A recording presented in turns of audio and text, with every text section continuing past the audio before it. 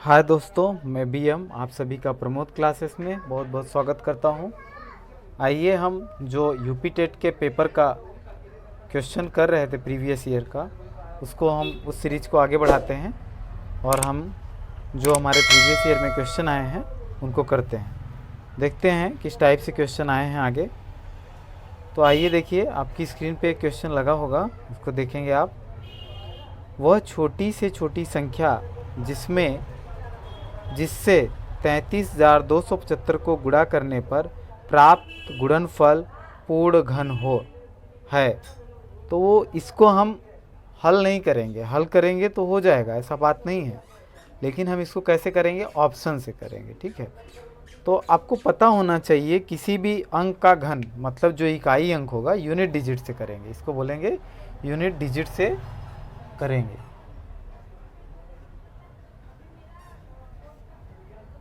Unit digit से इसको solve करेंगे। यूनिट डिजिट मतलब इकाई अंक। तो इकाई अंक हमारा क्या आएगा वो हम देखेंगे।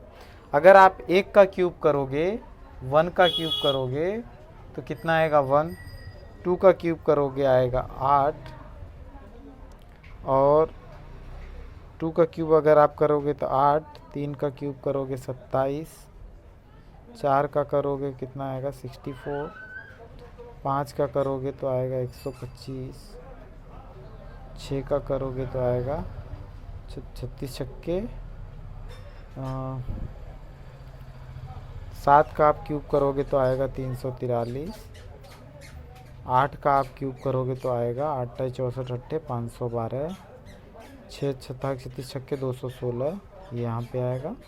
फिर 9 का करोगे 9 9 81 9 729। तो आप इकाई अंक देखिए, केवल हमें क्या ध्यान देना, इकाई अंक। और अगर 10 का आप क्यूब करोगे तो कितना आएगा 3 टाइम्स 0 मतलब 1000। इकाई अंक देखिए, यहाँ क्या है 1, यहाँ क्या है 8, यहाँ क्या है 7, यहाँ क्या है 4, यहाँ 2, 5, यहाँ 6, यहाँ 3, यहाँ 2, यहाँ 9। तो यहाँ पे कहीं भी इसमें जो इसका इकाई अंक है, इसमें कहीं भी आपका ऐसा कोई अंक आया है क्या? और यहाँ देखिए 1 0 मतलब कभी भी किसी संख्या का घनमूल निकालने के लिए कम से कम 3 जीरो होना चाहिए। मतलब ये 3 जीरो होगा तभी उसका रियल में घन आएगा 1 0 में। तो जीरो वाले आंसर नहीं होंगे। तो अब देखिए, जो इसका लास्ट डिजिट है क्वेश्चन का, हमारा क्वेश्चन क्या है 33,275, ये हमारा क्वेश्चन है। इसमें पूछ रहा है कितने से गुणा करें। तो अगर आप इसमें हम ऑप्शन नंबर 1 उठाते हैं तो 5 से गुणा करोगे, तो अगर हमने गुणा किया तो ये आ जाएगा 25, मतलब इकाई अंक कितना आएगा, आप अगर इसको गुणा करोगे तो इकाई अंक आएगा 5। 5 हमारे ऑप्शन में है, मतलब इससे क्यूब वाला बन सकता है, इतना हम मान सकते हैं, अभी हम श्योर नहीं है। फिर दूसरा वाला उठाते हैं 33,275 में 2 से गुणा करिए। 275 में आप अगर 2 से गुणा करोगे, इकाई अंक कितना आएगा 0। लेकिन क्या 1 0 से इसका घनमूल निकाला जाएगा? नहीं, उसके लिए 3 0 होना चाहिए। तो ये ऑप्शन आपका गलत हो गया। ऑप्शन नंबर 1 अभी है, ऑप्शन नंबर 2 तो गलत हो गया। ऑप्शन नंबर 3 देखते हैं। 3 में आप देखोगे क्या है, 3 से गुणा करने पे। तो 5 में जब आप 3 का गुणा करोगे तो इकाई अंक 5 आएगा। तो ये भी ऑप्शन सही हो सकता है। कौन सा? तीसरा वाला। ठीक है, और फिर लास्ट वाला देखिए, ये भी, इसमें 6 में 5 का गुणा करोगे 0, तो वो भी नहीं हो सकता, वो भी नहीं हो सकता। तो आई होप ये आपको दिख नहीं रहा लास्ट वाला, तो हम इधर लिखते हैं, इसको मिटा देते हैं यहाँ पे। तो ये भी नहीं होगा, मतलब इसमें 2 में हमको ये है कि अभी इसमें से कौन सा आंसर होगा, कौन सा, 5 और 3 में। तो 5 और 3 ऑप्शन नंबर 1 और ऑप्शन नंबर 3। तो ऐसे क्वेश्चन को हम इस तरह से भी कर सकते हैं। अगर यहाँ पे देखिए दो वैल्यू आ रही है, जिसमें दोनों में कन्फ्यूजन हो सकता है आपको कि इसको गुणा करें कि इसको, दोनों में लास्ट में 5 आ रहा है। तो आइए देखते हैं एग्जैक्ट वैल्यू क्या है। तो यहाँ से हमारा वो क्लियर नहीं हुआ, तो हम आइए क्लियर करते हैं उसको, देखते हैं कैसे होता है। तो जो 33,300 कितना है, 33,275 है, इसका हमको क्या करना है, गुणनखंड। गुणनखंड आप कैसे करते हो, जिनको नहीं पता है वो देख लीजिए, जिनको पता है बहुत अच्छी बात है। तो 33,200 75 आपका है, इसका हमको खंड करना है। ठीक है, तो देखिए क्या ये 3 से जा रहा है, 3 3 3 1 जा 3 3 1 जा 3, नहीं ये 5 से जाएगा सीधे, तो 5 छक्के 30 हो गया, 5 6 जा हो गया 30, 3 2 फिर वापस आएगा, फिर 6 जाएगा, फिर आएगा 2 7, फिर 5 25, फिर 25, फिर आप 5 से भाग दोगे, 5 से जाएगा क्या देखते हैं, हाँ 5 छिकाई अंक है, जाएगा 5 1 का 5, फिर 5 3 15, 5 3 15, 5 1 का 5। अब ये देखिए ये क्या आ गया आपका 1331, तो 1331 में देखिए ये 11 से अब जाएगा, 11 1 का 11, फिर 11 जाएगा, फिर 11, फिर 11 जाएगा 1। अब देखिए घन बनाने के लिए, घनमूल बनाने के लिए हमको क्या चाहिए होता है, 3 3 का पेयर। तो हमारा जो ये क्वेश्चन बना, हमारा खंड बना 33,275 का, वो कितना बना आप देख सकते हो स्क्रीन पे, 5 × 5 × 11 × 11 × 11। अगर हम इसका घनमूल निकालना चाहेंगे, क्या निकालना चाहेंगे, घनमूल, तो 3 3 का पेयर होना चाहिए। तो इसमें एक पेयर किसका कम है, एक पेयर बताइए किसका कम, इसमें 2 ही हो रहा है, तो हमको 3 चाहिए, तो यहाँ 1 5 कम है, मतलब अगर हम इसमें 5 से गुणा कर दें तो हमारा आंसर हो जाएगा। तो इसका आंसर क्या हो गया, ऑप्शन नंबर 1 5 आंसर है। ठीक है, इसका आंसर 5 आएगा। तो आई होप ये आपको बहुत अच्छी तरह समझ में आया, इसलिए मैंने इसको टाइम लगा के आपको अच्छे से समझाया। इसको हम ऑप्शन से कर सकते थे, लेकिन यहाँ 2 ऑप्शन आ गया हमारे पास, एक तो 3 एक तो 5, तो इसमें कन्फ्यूजन हो गया, इस वजह से हमको आगे फॉरवर्ड करना पड़ा और इसको इस तरीके से हमको करना पड़ा। ठीक है, आइए देखते हैं नेक्स्ट क्वेश्चन। नेक्स्ट क्वेश्चन आपकी स्क्रीन पे है, p² - 8p + 12 व p² + 4p - 12 का महत्तम समापवर्तक p - a हो तो तब a का मान ज्ञात कीजिए। इसमें आपको क्या दे दिया है, HCF दे दिया है, महत्तम समापवर्तक, वो कितना दिया हुआ है क्वेश्चन में आप देख सकते हैं, p - a कितना दिया है, p - a, ये क्या है हमारा मस दे दिया है, कितना दिया है, p - अब देखिए हमको निकालना किसका मान है, a का, तो यहाँ पे इसका बराबर अगर हम 0 कर देंगे तो p = क्या आ जाएगा, a। तो जहाँ जहाँ पूरे इक्वेशन में जो 2 इक्वेशन दिया है ऊपर, p² - 8p + 12 और दूसरा दिया है p² + 4p - 12, इन दोनों को अगर हम p बराबर a रख देंगे तो जो वैल्यू आएगी उनको फिर सॉल्व कर लेंगे, उससे हमारा a का मान निकल आएगा। तो आइए देखते हैं, जहाँ जहाँ p है वहाँ वहाँ हम क्या रखेंगे, a। तो पहले वाले में अगर हम रखेंगे तो आएगा a² - 8a + 12 = 0। अच्छा, इसको अभी हल नहीं करेंगे, इतना ही रख देते हैं। दूसरा वाला आएगा a² + 4a - 12 = 0। यहाँ तक आपको समझ में आया होगा, आई होप। अभी देखिए हम क्या करते हैं, इनको ऐड करते हैं आपस में, ऐड नहीं घटा लेते हैं, माइनस। तो यहाँ देखिए माइनस हो जाएगा, यहाँ माइनस हो जाएगा, यहाँ प्लस हो जाएगा, साइन चेंज हो जाता है। मैं आपको बता दूं, जैसे यहाँ माइनस है यहाँ प्लस का हो जाएगा अपने आप, तो ये वाला तो अपने आप कैंसिल हो जाएगा, घट जाएगा, 0 आएगा। ये देखिए -4a - 8a, तो कितना आ जाएगा, -12a।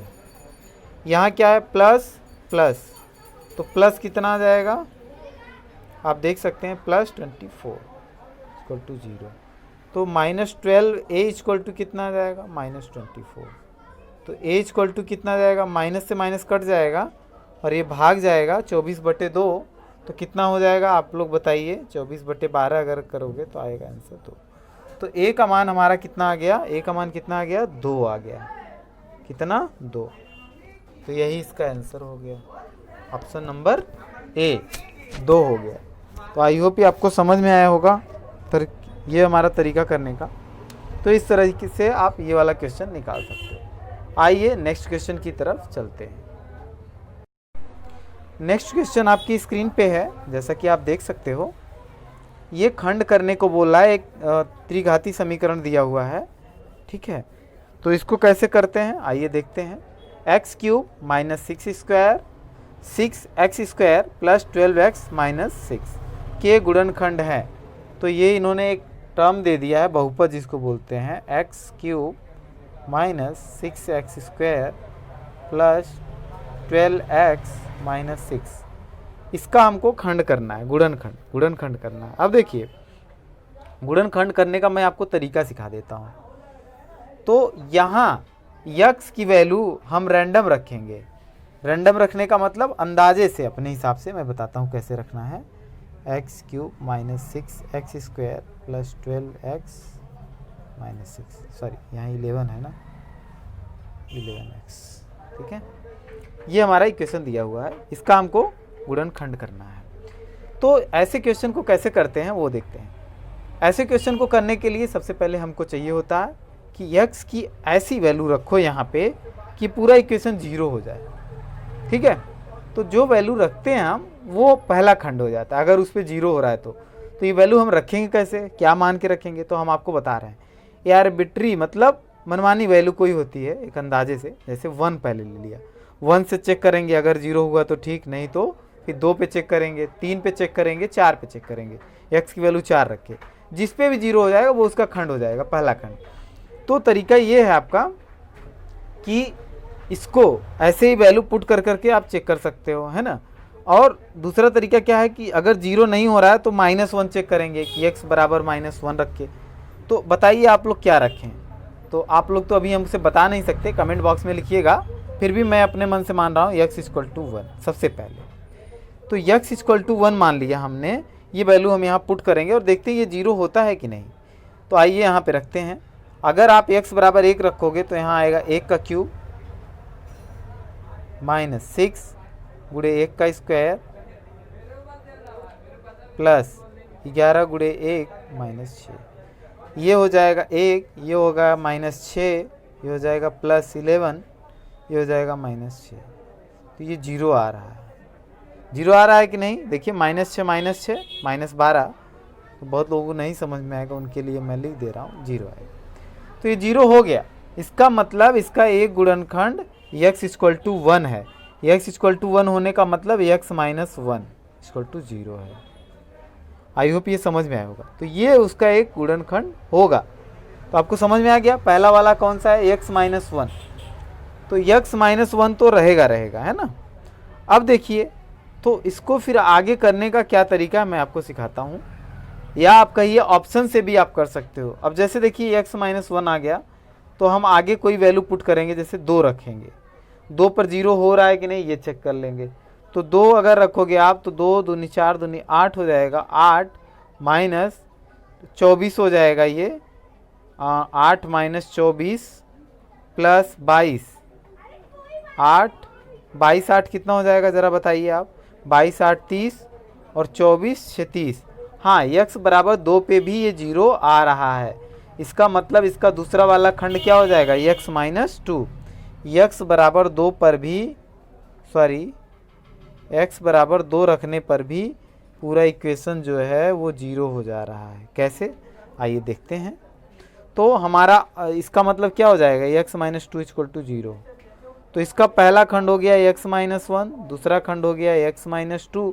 अब ऑप्शन देख लीजिए आप, ऐसा कहाँ कहाँ दिया हुआ है, x - 1 x - 2, 2 ऑप्शन आ रहा है। तो अब हम चेक करेंगे क्या, 3 रख के। क्या करेंगे, 3 रख के। 2 रख के मैंने कैसे चेक किया आपको एक बार चेक करा देता हूँ, नहीं आपको विश्वास नहीं होगा, आप लोग देख सकते हैं कैसे कर रहे हैं, ठीक है। 2 अगर आप रखोगे तो इधर 2 का क्यूब आएगा -6, 2 का स्क्वायर आएगा प्लस 11 है, 2 का गुणा आएगा -6। इसको हमें चेक करना है 0 होगा कि नहीं। ये आएगा 8, इधर होगा 4, 4 में 6 का गुणा करोगे 24, इधर आएगा 22, इधर आएगा -6। देखिए माइनस माइनस वाला आपस में जुड़ जाते हैं, प्लस प्लस प्लस ये है और ये है, तो 12 ये आ गया 30, 22 8 30 माइनस 24 6 30, तो ये 0 हो गया। इसका मतलब इसका एक खंड x - 2 भी होगा, लेकिन ऑप्शन में 2 2 दिया है तो इसलिए हम कंफ्यूज हो रहे हैं भाई कौन सा आंसर होगा। तो आइए x बराबर 3 रख के भी चेक कर लेते हैं। तो हम चेक करेंगे अब क्या, x बराबर 3 रख के पुट द वैल्यू। अब x बराबर 3 यहाँ इस इक्वेशन में रखेंगे हम, ठीक है। अब देखिए 2 ऑप्शन तो आपको हट गए, कौन कौन से, 1 और 3। अब हम रख रहे हैं x बराबर 3, तो 3 में 3 का क्यूब करोगे अगर आप तो कितना आएगा आप बताइए, और 3 का स्क्वायर करोगे कितना आएगा आप बताइए, और 11 में 3 का गुणा करेंगे कितना आएगा आप बताइए। ये आएगा 27, ये हो गया 9 9 54 प्लस 33 माइनस 6। देखिए माइनस माइनस आपस में जुड़ जाएगा तो ये हो जाएगा 60 और ये भी हो जाएगा 60। 60 minus 60 equal to 0 means x बराबर 3 पे भी ये इक्वेशन सेटिस्फाइड है। इसका मतलब आपने क्या समझा, इसके 3 खंड हो गए। क्या खंड हो गए, देखिए इसका खंड क्या बना, इसका मतलब इसको हम इस रूप में भी लिख सकते हैं, किसमें, x minus 1 x minus 2 x minus 3। ये इसका हो जाएगा आंसर। ठीक है, तो ये ऑप्शन कौन सा है, ऑप्शन नंबर 2 आंसर। हाँ, ये रहा आपको एक मतलब एग्ज़ाम में आपको ऐसे करना है, जल्दीबाजी के लिए आप ऑप्शन रखिए और चेक करते चले जाइए, ज़्यादा वहाँ समय अपना मत गवाइए। लेकिन अगर आपको रियल मेथड करना है जैसे हमको करना होता है वो मैं आपको बता देता हूँ, क्योंकि पहला आ गया अगर आपका x माइनस 1, उसके बाद कैसे करते हैं वो मैं आपको सिखाता हूँ। देखिए पहला हमने आपको निकाल के दिखाया था, कैसे आया था कि x माइनस 1 आ गया था पहला खंड। अब x माइनस 1 चूँकि ये त्रिघाती समीकरण है इसलिए इसको हम 3 जगह पहले लिखेंगे। कहाँ कहाँ, x minus 1 x minus 1 x minus 1 ऐसे लिख लेंगे। अब बताइए x क्यूब लाने के लिए, इक्वेशन चूँकि हमारा x क्यूब है तो x क्यूब लाने के लिए यहाँ इसमें x में कितने का गुणा करेंगे, x स्क्वायर का, यही तो होगा, x स्क्वायर का गुणा करेंगे ना। ये आई होप दिख नहीं रहा आपको, रुकिए नीचे लिख देता हूँ, x माइनस 1 x सॉरी यहाँ थोड़ा हमको स्पेस चाहिए होगा, x माइनस 1 x माइनस 1। तो यहाँ देखिए x क्यूब लाना है वहाँ पे, तो यहाँ x में किससे गुणा करेंगे, x स्क्वायर से करोगे तभी आएगा। ठीक है, यहाँ तक समझ में आया, x क्यूब बन जाएगा गुणा करने पे। अब फिर लाना कितना है, माइनस 6x स्क्वायर। अब माइनस 6x स्क्वायर तो इधर पहले में गुणा हो जाएगा माइनस 1 से, तो माइनस 1x स्क्वायर आ गया। अब हमको कितना चाहिए, अभी अभी हमें माइनस 5x स्क्वायर चाहिए, तो हमारे पास इधर x अवेलेबल है। अगर हम इसमें माइनस 5 और x से गुणा कर दें तो ये हमारी बात बन जाएगी। तो माइनस 5x स्क्वायर और इधर ये माइनस, तो माइनस 6x स्क्वायर वाला काम खत्म हो गया। अब इसका गुणा जब इधर अंदर होगा तो ये बन जाएगा प्लस का 5x, और हमको क्या चाहिए, प्लस का 11x। तो हमको अभी कितना कम है, प्लस 6, तो प्लस 6 ये हो गया। तो हमारा एक बन गया क्या, x माइनस 1, दूसरा क्या बन गया x स्क्वायर। देखिए ये जो बच रहा है उसको लिख रहे हैं माइनस 5x प्लस 6। ठीक है, ये बन गया। अब ये तो हमारा निकल ही गया था x माइनस 1। अब इसको हम कैसे करते हैं वो भी देख लीजिए। तो इसको ऐसे तोड़ना होता है 5 को, माइनस 5 को, कि जोड़ने पे माइनस 5 आना चाहिए, गुणा करने पे प्लस 6 आना चाहिए। तो इसको हम ऐसे लिख सकते हैं x square minus 3x minus 2x। देखिए इसको जोड़ेंगे कितना आएगा 5, और इन दोनों का गुणा करेंगे माइनस 3 और माइनस 2 का, तो प्लस 6 आएगा। यहाँ तक सही है, आपको समझ में आया होगा।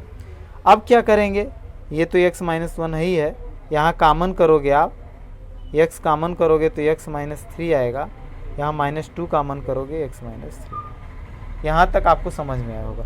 इसको हम शिफ्ट कर रहे हैं इधर, तो x माइनस 1 ऑलरेडी हमारा कामन में था, ये हमारा कामन रहेगा।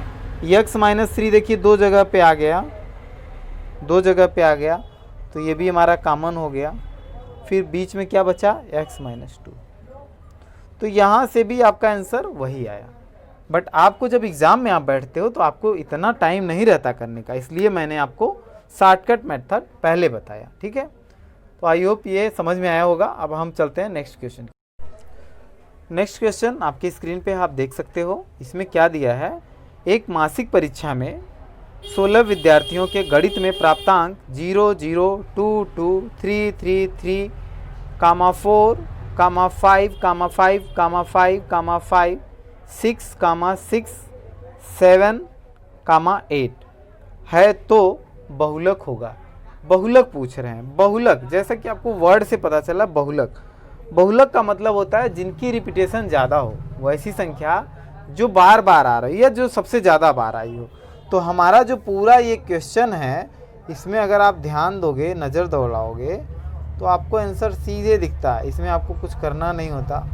ये सबसे बड़ी खूबसूरती है मैथ की हमारे, कि इसमें कहीं कहीं आपको कुछ भी नहीं करना रहता, आपको आंसर सामने से दिखता है लेकिन हम कर नहीं पाते, तो इसलिए इसको हम बता रहे हैं 3 फिर 4 कामा 5 कामा 5 कामा 5, 4 बार 5 है, 6 कामा 6 कामा 7 कामा 8। ये आपको स्क्रीन पे कुछ नंबर्स हमने लिखे हैं और क्वेश्चन में भी लिखा हुआ है, आपको दिख रहा होगा। अब आप लोग खुद बताइए हमको कमेंट करके, कमेंट बॉक्स में आप लोग कमेंट करिएगा, इसमें सबसे ज़्यादा संख्या कौन आई है बार बार। तो देखिए 0 0 कितनी बार आई है, ये कितनी बार आई है, 2 बार। ये कितनी बार आया है, 2, ये भी 2 बार। 3 कितनी बार आया है, तो आपको पता चला होगा 3 बार। 4 कितनी बार आया है, 1 बार। 5 कितनी बार आया है, 4 बार। और 6 कितनी बार आया है, 2 बार। 7 कितनी बार आया है, 1 बार। और 8 कितनी बार आया है, 1 बार। तो सबसे ज़्यादा बार कौन सी संख्या आई है, बस वही आपका आंसर हो जाएगा। तो सबसे ज़्यादा बार आपको अब क्लियर हो गया होगा, क्योंकि मैंने लिख भी दिया है। तो सबसे ज़्यादा बार कौन सी संख्या आई, 5। तो यही हमारा हो जाएगा बहुलक। क्या हो जाएगा, बहुलक। इसमें कुछ करना नहीं होता, बस ये हमारा आंसर हो जाएगा, जो कि ऑप्शन नंबर आपका 3 है।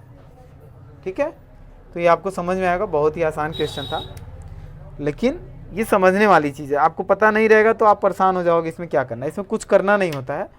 इसको एज इट इज़ जैसे लिखा है, आप बस क्वेश्चन देखिए पेपर में और आप डायरेक्ट वहाँ से देख के आंसर कर सकते हो। बस ये आपको पता होना चाहिए ज़्यादा बार कौन सा आ रहा है। ठीक है, तो आइए हम चलते हैं आगे एक नेक्स्ट क्वेश्चन पे, जो कि बहुत ही बढ़िया क्वेश्चन है। और अगर आपको वीडियो अच्छा लग रहा है, हमारे ट्रिक्स अच्छे लग रहे हैं, हमारे कॉन्सेप्ट अच्छे हैं, तो आप वीडियो को लाइक करिए, शेयर करिए लोगों को, जिससे हमारा ये पढ़ाया हुआ सबके पास पहुँचे और सब लोग पढ़ें।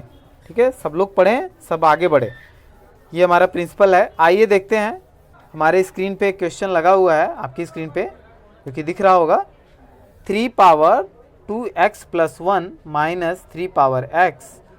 देखिए पावर मैं बोलता हूँ, उसका मतलब घात होता है। जिनको नहीं समझ में आता वो बोल देंगे तो मैं आपको क्लियर कर दूंगा। ठीक है, घात होता है। तो 3 power 2x + 1 minus 3 power x equal to 3x + 2 3 power x + 3 minus 3 power 2 हो, तो तब x का मान ज्ञात कीजिए। ठीक है, ये बोल रहे हैं x का मान आपको बताना है। देखिए इसको हम 2 तरीके से करेंगे। पहला तरीका तो है कि आप पूरा हल करिए, नियम से चलिए, उसको गुणा भाग जो भी करना है करिए, फिर x की वैल्यू ज्ञात करिए।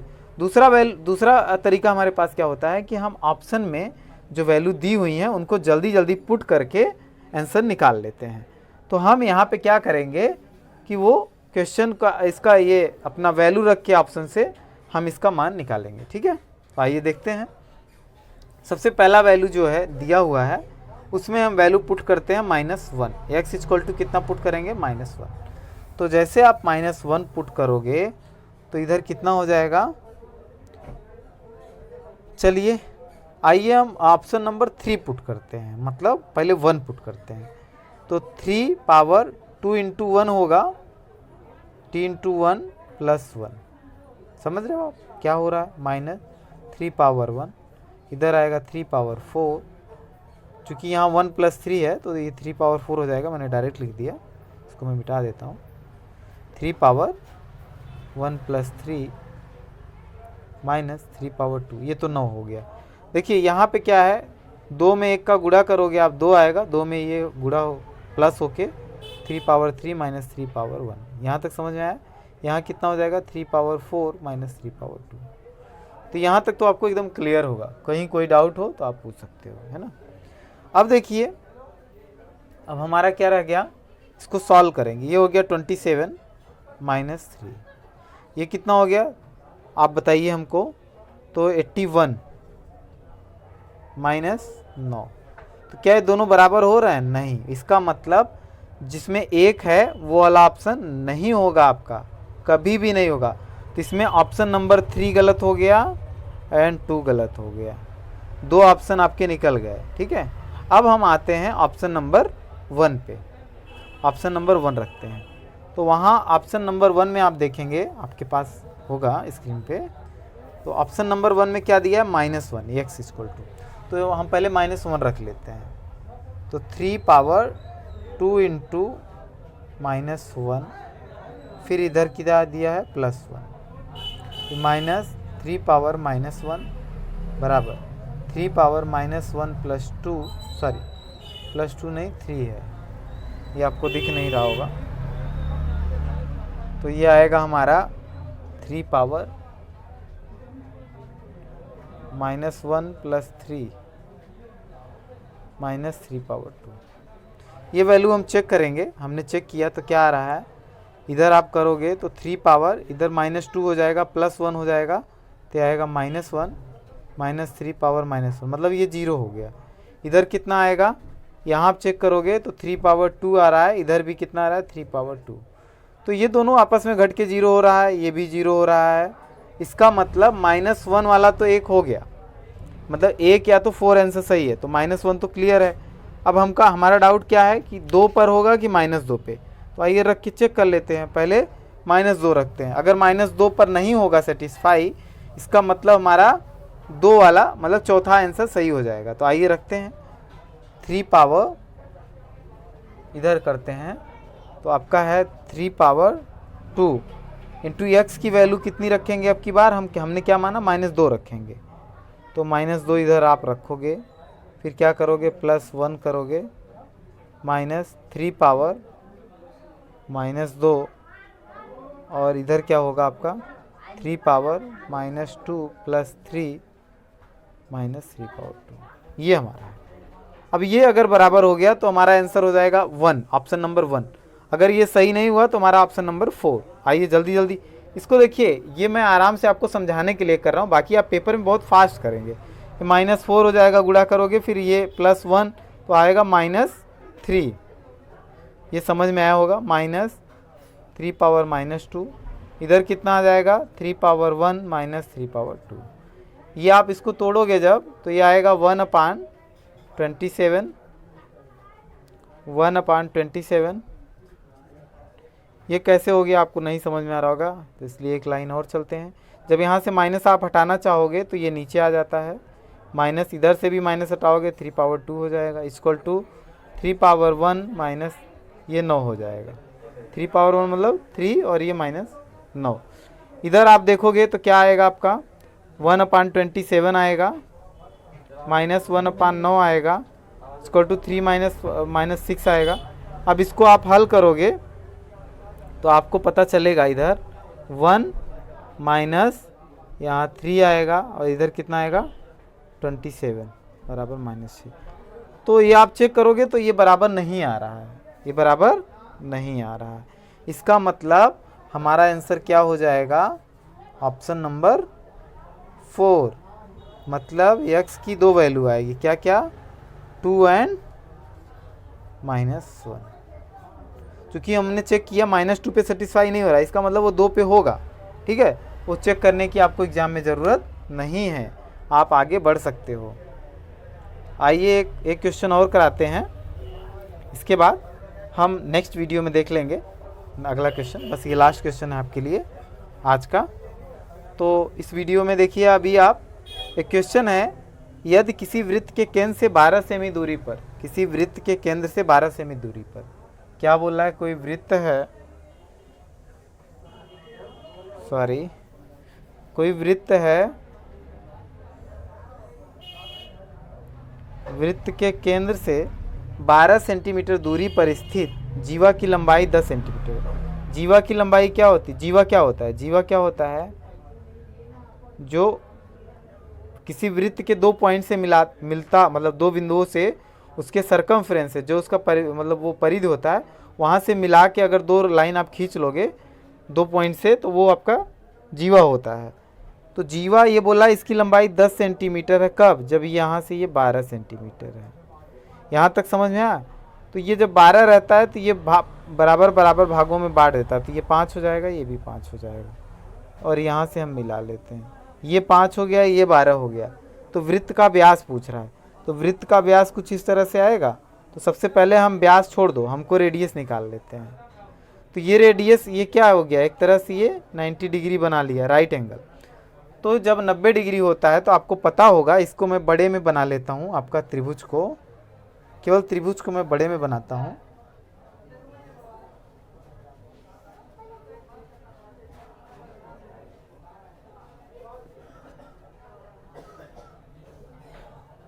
ये 5 दे दिया है, ये 12 दे दिया है, 90 डिग्री है। ये हमको निकालना है सबसे पहले रेडियस, ये हमारा रेडियस आर है। तो समकोण त्रिभुज का ये आपका पता होगा आपको फार्मूला। तो ये कर्ण है, इसका क्या है, कर्ण। तो कर्ण का स्क्वायर बराबर होता है लंब का स्क्वायर प्लस आधार का स्क्वायर, मीन्स आर का स्क्वायर इक्वल टू 12 का स्क्वायर प्लस 5 का स्क्वायर। इसको अंडर रूट में रखोगे, इसको हल करोगे तो आपका आ जाएगा 144 प्लस 25। तो ये हल करोगे फिर इसके आगे तो 169 आएगा, ये आ जाता है 13। किसका, आर की वैल्यू, सॉरी यहाँ आर स्क्वायर नहीं आर रहेगा, आर की वैल्यू आ जाता है 13 सेंटीमीटर, अगर सेंटीमीटर में दिया है तो रेडियस आपकी कितनी आ गई, 13। तो उसने रेडियस नहीं पूछा, उसने क्या पूछा, डाया। डाया मतलब डायमीटर। तो डायमीटर आप देखिए क्या होगा, डायमीटर मतलब व्यास। व्यास आपका क्या हो जाएगा, 2r होता है तो 2 में r का गुणा करिए मतलब 13 का, तो कितना हो जाएगा, 26 सेंटीमीटर। कितना हो जाएगा, 26 सेंटीमीटर। वो यहाँ दिख नहीं रहा है आपको, तो मैं आपको इधर लिख देता हूँ, डाया 26 सेंटीमीटर। इसमें आप ऑप्शन देख सकते हो 3 नंबर है, तो ये आपका सही हो गया। ठीक है, तो आई होप ये आपको बहुत अच्छी तरह समझ में आया होगा।